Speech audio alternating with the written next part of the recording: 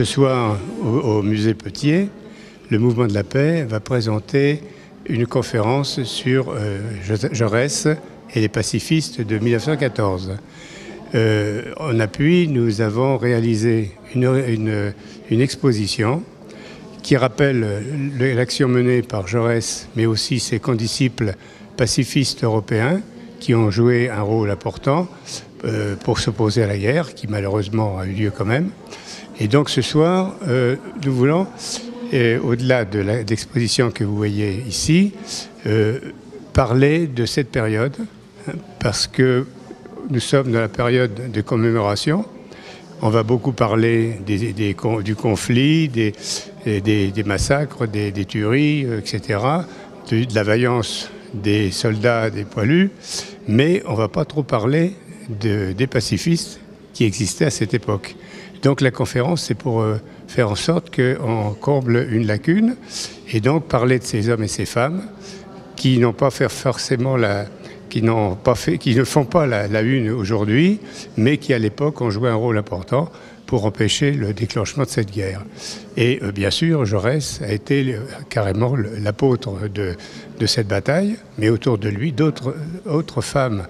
et hommes se sont engagés, notamment des intellectuels, des milieux de la culture, mais aussi des militants syndicaux, des militants politiques, et aussi des simples soldats qui, bien sûr, ont fait la guerre parce qu'ils étaient obligés de le faire, mais qui, pendant toute la durée du conflit, ont lutté pour essayer d'atténuer les souffrances, de faire en sorte que ce conflit se termine le plus rapidement possible. Et parmi eux, il y a une personne importante dans cette région, dans ce département, c'est le caporal Louis Barthas, qui, au lendemain de la guerre,